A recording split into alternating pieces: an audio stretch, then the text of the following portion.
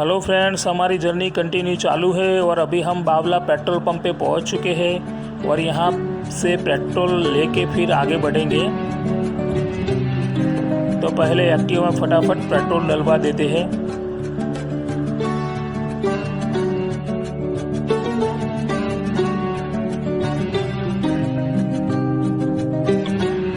Activa की petrol की टंकी फुल करवाने के बाद थोड़ी बोतल में भी पेट्रोल एक्स्ट्रा साथ में ले लेते हैं।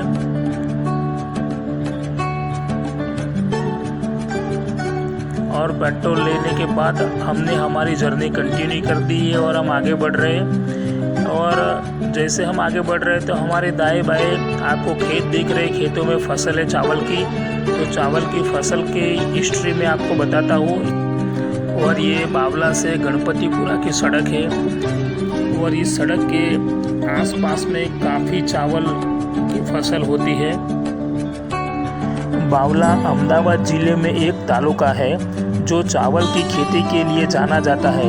यहाँ विभिन्न चावल की किस्में उगाई जाती है और कई चावल मिलें भी हैं जो इन फसलों को संसाधित करती है। चावल की खेती के लिए उपयुक्त जलवायु और मिट्टी की आवश्यकता होती है, जैसे कि पर्यावरण, वर्षा या सिंचाई और उपजाऊ मिट्टी। चावल की खेती में जैविक खाद और खरपतवार नाशक का भी उपयोग किया जाता है, जिसमें फसल को अधिक लाभ मिलता है। चावल की फसल को रोपने के लिए मैन्युअल या मशीनों का भी उपयोग किया जाता है। चावल की फसल में कई तरह के कीट और रोग होते हैं, जिसका नियंत्रण करना महत्वपूर्ण है। बावला में चावल की फसल की कटाई फसल के प्रकार और किस्म के आधार पर होती है। चावल को हाथ से या मशीन से भी काटा जा सकता है। फसल को काटने के बाद अनाज को सुखाना एक महत्वपूर्ण प्रक्रिया है। बावला में अनाज को सुखाने के लिए विभिन्न तकनीकों का उपयोग किया जाता है ताकि इनकी नमी को कम किया जा सके। संक्षिप्त में बावला में चावल की खेती का एक समृद्ध इतिहास है जो अनुकूल जलवायु, सिंचाई की सुविधा, उपजाऊ भूमि और उन्नत खेती के तरीकों द्वारा समर्पित है। बावला में चावल की खेती के लिए कई अवसर है और यह क्षेत्र कृषि के लिए एक महत्वपूर्ण स्थान है।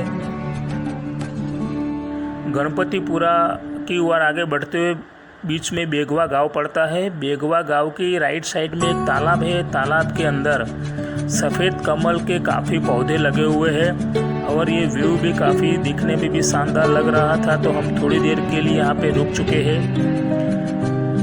और ये काफ़ी सफ़ेद कमल के जो पौधे लगे उसको देखने के बाद हम आगे निकल चुके हैं।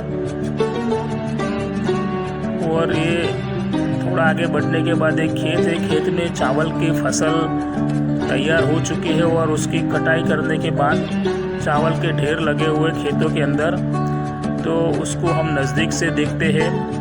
और अभी चावल की जो फसल कटने के बाद चावल के ऊपर के छिलके लगे हुए हैं, तो यहाँ से पूरे चावल राइस मिल में जाएंगे और राइस मिल में जाने के बाद चावल से चावल के छिलके अलग होने के बाद एकदम वाइट चावल दिखेंगे। उसके बाद ये चावल मार्केट में सेल होने के लिए जाएंगे। और खेत में चावल का ढेर लगा हुआ है, तो आप पूरा खेत का व्यू भी देख रहे हैं। और एक पेड़ पे एक गिरगिट चिपक चुका है और ठंडी ठंडी हवा आ रही है, तो उसमें आराम कर रहा है गिरगिट। और ये पूरे खेतों का व्यू है और किसानों ने अपने चावल का ढेर लगा दिया है फसल कटाई होने के बाद। और फ्रेंड्स, हम गणपतिपुरा की ओर आगे बढ़ रहे हैं और आगे बढ़ने के बाद सामने गणपतिपुरा रेलवे का अंडरब्रिज आ चुका है और अंडरब्रिज से होते हुए हमें आगे बढ़ना है।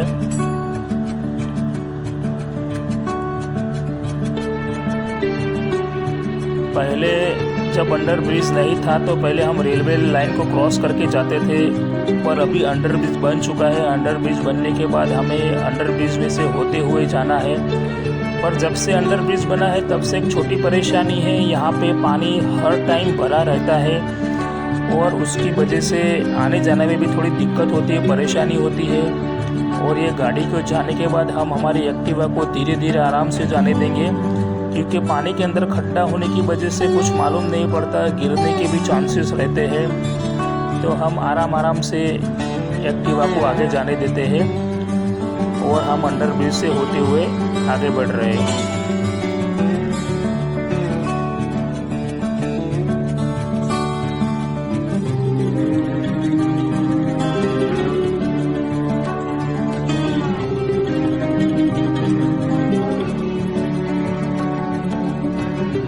और फ्रेंड्स, सामने ये गणपतपुरा की छोटी मार्केट है। मार्केट के अंदर कई सारी शॉप भी है।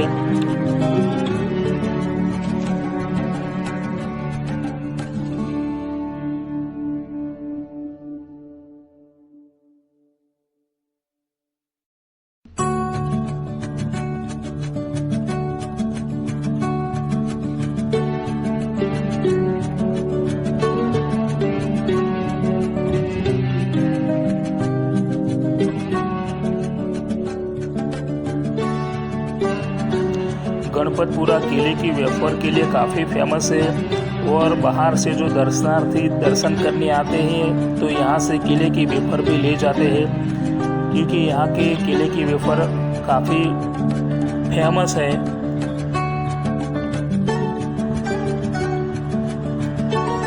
और यहाँ पे श्री गणपति दादा को चढ़ाने के लिए यहाँ पे बूंदी के लड्डू भी मिल जाएंगे।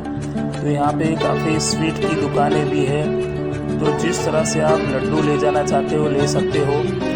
और यहाँ पे काफ़ी सारे केले की वेफर की शॉप भी है। तो केले की वेफर के लिए गणपतिपुरा काफ़ी फेमस है। और सामने ये आप गेट देख रहे हो, गेट श्री गणपतिपुरा गणपति दादा का टेम्पल का गेट है।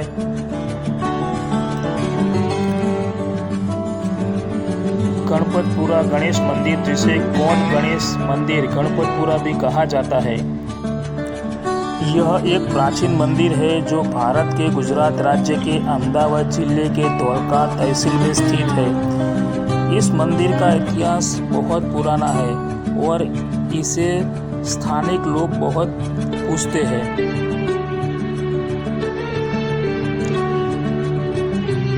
और आपके सामने ये लाइव केले की वेफर बना रहे हैं और आपको गर्मा गर्म वेफर ये लोग देते हैं।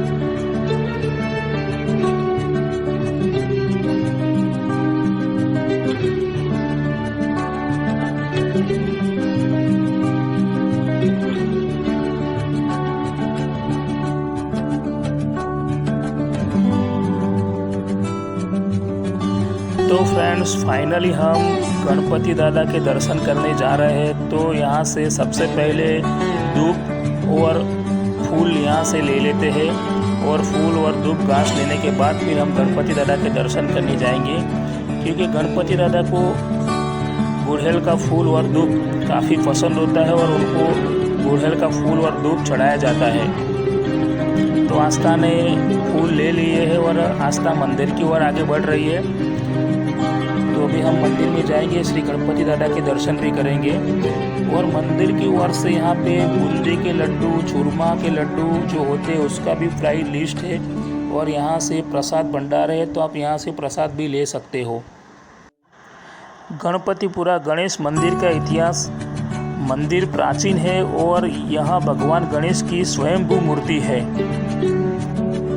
मान्यता है कि यहाँ भगवान गणेश स्वयं प्रकट हुए हैं और उनकी मूर्ति एक अखंड चट्टान से बनी है। मूर्ति उत्तर दिशा की ओर मुख किए हुए है, जो यहाँ के वास्तु के अनुसार है। स्थानिक लोगों की मान्यता के अनुसार इस मंदिर में पूजा करने से भक्तों की सभी मनोकामना पूरी होती है। गणेश उत्सव के दौरान यहाँ भक्तों की भारी भीड़ उमड़ती है। गणपतिपुरा मंदिर अहमदाबाद शहर के निकट है, जो देश के अन्य शहरों के सड़क मार्ग से अच्छी तरह जुड़ा हुआ है। यदि आप मंदिर की यात्रा करने की योजना बना रहे हैं तो आप सरकारी या निजी वाहनों द्वारा वहां पहुंच सकते हैं। यह मंदिर गुजरात में एक महत्वपूर्ण धार्मिक स्थल है और यह भगवान गणेश की प्रति भक्तों की गहरी आस्था को दर्शाता है। गुजरात में स्थित गणपतिपुरा कोट मंदिर में गेहूं से स्वस्तिक बनाने की कोई विशेष ऐतिहासिक परंपरा नहीं है।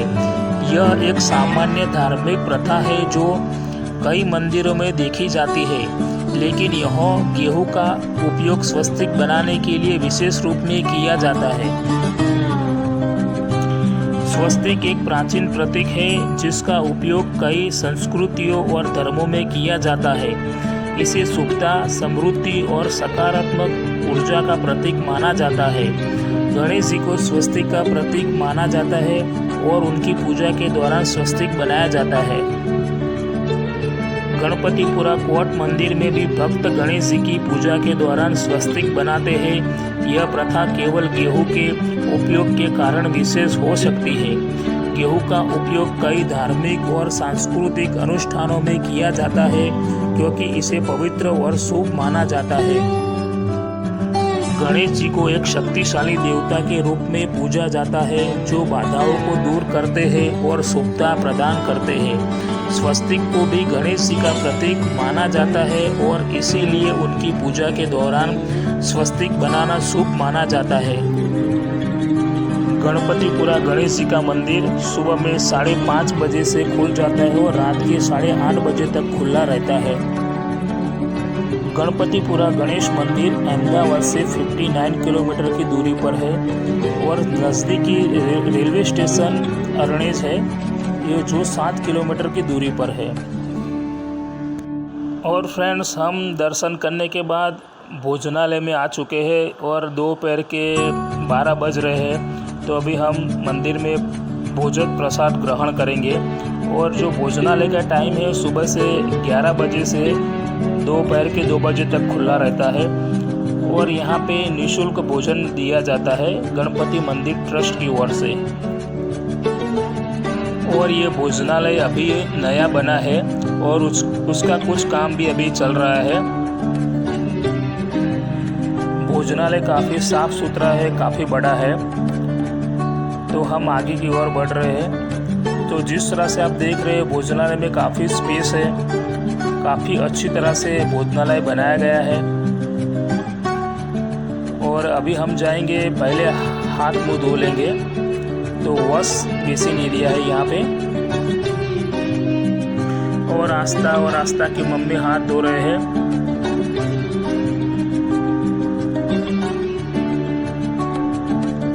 से हमने भी हाथ धो लिए और हाथ धोने के बाद अभी हम भोजन प्रसाद ग्रहण करेंगे। और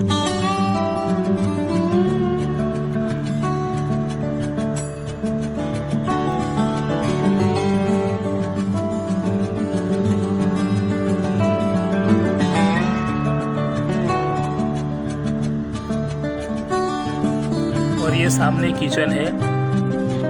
बाहर से जो भक्त दर्शन करने आते हैं उनके लिए मंदिर ट्रस्ट ने निःशुल्क भोजनालय बनाया है। मंदिर ट्रस्ट की ओर से दोपहर में ही भोजन दिया जाता है, शाम को भोजन नहीं होता है। दोपहर में 11 से 2 बजे तक ही निःशुल्क भोजन मिलता है भोजनालय में। और फ्रेंड्स, यहाँ से हम थाली, चम्मच और कटोरी लेंगे और आगे से फिर भोजन प्रसाद लेंगे। तो फ्रेंड्स, मेरा वीडियो आपको कैसा लगा प्लीज़ आप मुझे कमेंट में बताइए। मेरे वीडियो को लाइक कीजिए, मेरे चैनल को सब्सक्राइब कीजिए और मेरे वीडियो को शेयर कीजिए और आप मेरे चैनल को सपोर्ट कीजिए।